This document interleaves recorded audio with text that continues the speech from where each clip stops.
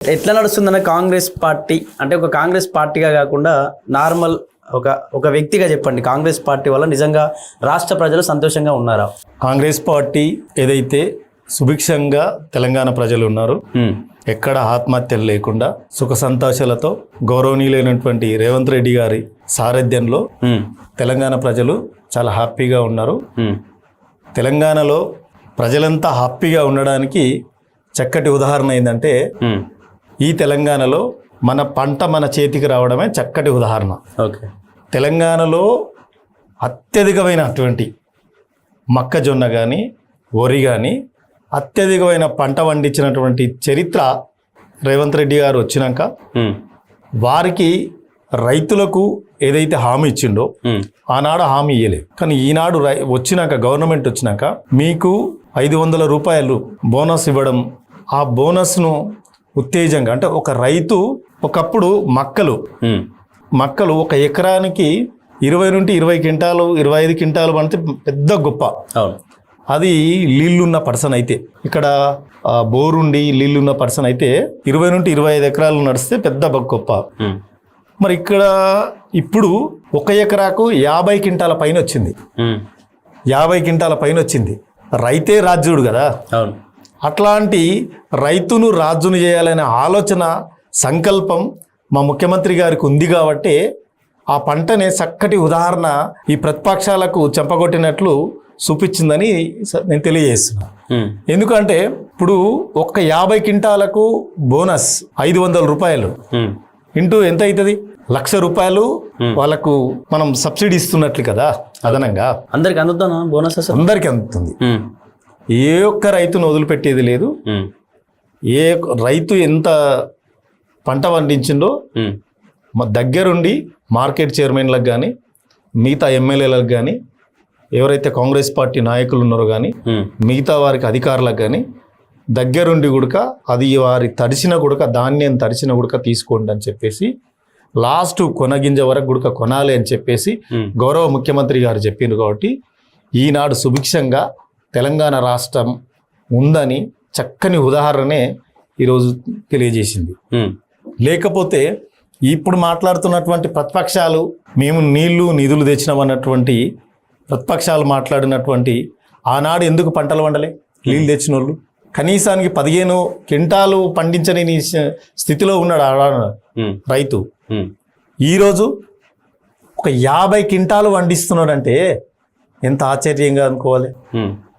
కాబట్టి రైతును రాజ్యును చేయాలనే సంకల్పం ఏదైతే పెట్టుకున్నాడో రేవంత్ రెడ్డి గారు, దాన్నే ప్రధానంగా ఈరోజు దృష్టిలో పెట్టుకొని రైతును రాజ్యం చేయాలనే ఆలోచన కోసమే సబ్సిడీలు కానీ వారికి కానీ యూరియా కానీ ఎట్లాంటి ఇబ్బందులు కాకుండా సంబంధించినటువంటి మినిస్టర్లను కానీ ఎప్పటికప్పుడు దాన్ని గైడ్ చేస్తూ ముందుకు నడుపుతున్నటువంటి ముఖ్యమంత్రి రేవంత్ రెడ్డి అనుకోవచ్చు. ఈ ఒక్క అంశందే కాదు, ప్రతిదీ ఆయన 24 గంటలు ఉంటే 18 గంటలు పనిచేస్తున్నాడు రాష్ట్ర గవర్నమెంట్. ఆయన ఇంటి కోసం పనిచేస్తలేడు, ఆయన సంపాదన కోసం పనిచేస్తలేడు, ఆయనకు కొడుకున్నాడు, కొడుకు కోసం ఫ్యూచర్లో ముఖ్యమంత్రి కావాలనేది పనిచేస్తలేడు.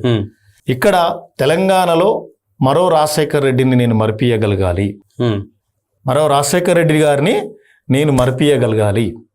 ఆనాడు రాజశేఖర్ రెడ్డి చనిపోతే కొన్ని 100 మంది ఆత్మహత్యలు చేసుకున్నారు. ఎందుకోసం అంటే అభిమానం కోసమే. తట్టుకోలేక హార్ట్ అటాక్ వచ్చి చనిపోయిన వాళ్ళు ఉన్నారు. ఆ విధంగా పనిచేయాలనే సంకల్పం ఉన్నటువంటి గౌరవనీయులైనటువంటి రేవంత్ రెడ్డి గారికి ఈ రాష్ట్ర గవర్నమెంట్, రాష్ట్ర ఉన్నటువంటి ప్రజలు సంపూర్ణమైన మద్దతుతోటి పనిచేస్తున్నారు. రేవంత్ రెడ్డి గారు ఇప్పుడు తెలంగాణ కోసం అకుంఠిత చేస్తున్నారు. దాదాపు 18 గంటల పాటు రాష్ట్రం కోసం పరిపాలన ప్రజల కోసం పనిచేస్తున్నారు అని చెప్పి మీరు చెప్తా ఉన్నారు. 100% వినిపించేటువంటి విషయం ఏంటంటే రేవంత్ రెడ్డి ఏ పని చేసినా వెనక టీడీపీ ఉండి నడిపిస్తుంది, చంద్రబాబు ఉండి నడిపిస్తుంది. ఎందుకంటే టీడీపీ పార్టీ నుంచే రేవంత్ రెడ్డి వచ్చింది కాబట్టి కాంగ్రెస్ పార్టీ వ్యక్తిలా కాకుండా టీడీపీ పార్టీ వ్యక్తిలా వ్యవహరిస్తున్నాడు అని చెప్పేసి కొందరి వాదన. ఏం చెప్తారు? నేనేమంటున్నానంటే చిన్నగా ఉన్నప్పుడు గ్లామర్ ఏదో చిన్న స్కూల్లో చదువుకుంటాం, పెద్దగా అయినాక వేరే స్కూల్ ఉడకపోతాం. స్కూల్ నేర్పించింది అనేది అదే సిద్ధాంతాలు ఏమి ఉండవు కదా. పెద్దగా అయినాక పరిస్థితులు వేరే ఉంటాయి. అక్కడున్న పరిస్థితులను బట్టి మనం ముందుకు పోతాం. ఆ పక్క రాష్ట్ర ముఖ్యమంత్రితో మాకేం అవసరం? ఆ పక్క రాష్ట్ర ముఖ్యమంత్రితో మాకేం అవసరము? ఈయనకు అనుభవం లేదనే జడ్పీటీసీ చేసిండు, ఎంపీగా చేసిండు, ఎమ్మెల్యేగా చేసిండు, ఇన్ని పదవులు చేసినటువంటి ప్రజానాయకుడు ఉమ్, అట్లాంటి నాయకుని పట్టుకొని ఆ రాష్ట్ర ముఖ్యమంత్రి గురించి మాట్లాడేది అవసరం మాకేం లేదు, అవసరం లేదే. ఉమ్, వాళ్ళుడికి అదే స్కూల్లో చదివచ్చారు కాబట్టి ఆ బుద్ధి తెలుసుకుని చెప్పి మాట్లాడుతున్నారు. ఉమ్, మళ్ళీ వాళ్ళ ఆయన ఉడక అదే స్కూల్లో చదివచ్చింది కదా, టీడీపీలోగా నువ్వు వచ్చింది. ఉమ్, అంతకన్నా ముందు కాంగ్రెస్లో ఉన్నావు, Hmm. అంతకన్నా ముందు టీడీపీలోకి వచ్చినావు. ఉమ్, టీడీపీలో నువ్వు ఎన్టీఆర్ భవన్లో ఒక ట్రైనరు. ఉమ్, నువ్వు చంద్రబాబు నిలబడితే పక్కల నిలబడే స్థాయి కూడా నీది కాదు. ఉమ్, అట్లాంటి స్థాయిలో నువ్వు ముఖ్యమంత్రిగా చేసినారు, తెలంగాణ ప్రజలు గౌరవించారు. ఉమ్, ఇప్పుడు మేము చేస్తున్నాము, గౌరవేయాలి కానీ అక్కుశపడాల్సిన అవసరం ఉంది. ఉమ్, దొరతత్వాన్ని మొత్తం ఆ అధికారం పోయిందని చెప్పేసి మొత్తం ఎలగక్కడం ఎందుకు? బావో దిక్కు, బామ్మర్దో దిక్కు, చెల్లెలో దిక్కు. ఆ? ఉమ్, ఇక ఏనాడేళ్ళనోడు 6 నెలలకోసారి తండ్రెట్టి ప్రెస్ మీట్ పెట్టిపోతాడు. ఉమ్, దమ్ముంటే రా అని చెప్తున్నాడు. బరాబర్ నువ్వు ప్రజల్లోకి వచ్చి నేను చేస్తున్నటువంటి తప్పులేందో చూపియమని అంటున్నాడు కదా. నీ తప్పుడు మీడియా పెట్టుకొని ఒక 400 ఛానళ్ళు తప్పుడు మీడియా పెట్టుకొని పదే పదే పదే పదే పదే పదే ఒక అంశాన్ని 100 సార్లు చెప్తే అది నిజమవుతుందనే ఆలోచన నీకు ఎట్లుందో ఉమ్, అది ప్రజలు ఎప్పటికప్పుడు గమనిస్తున్నారు.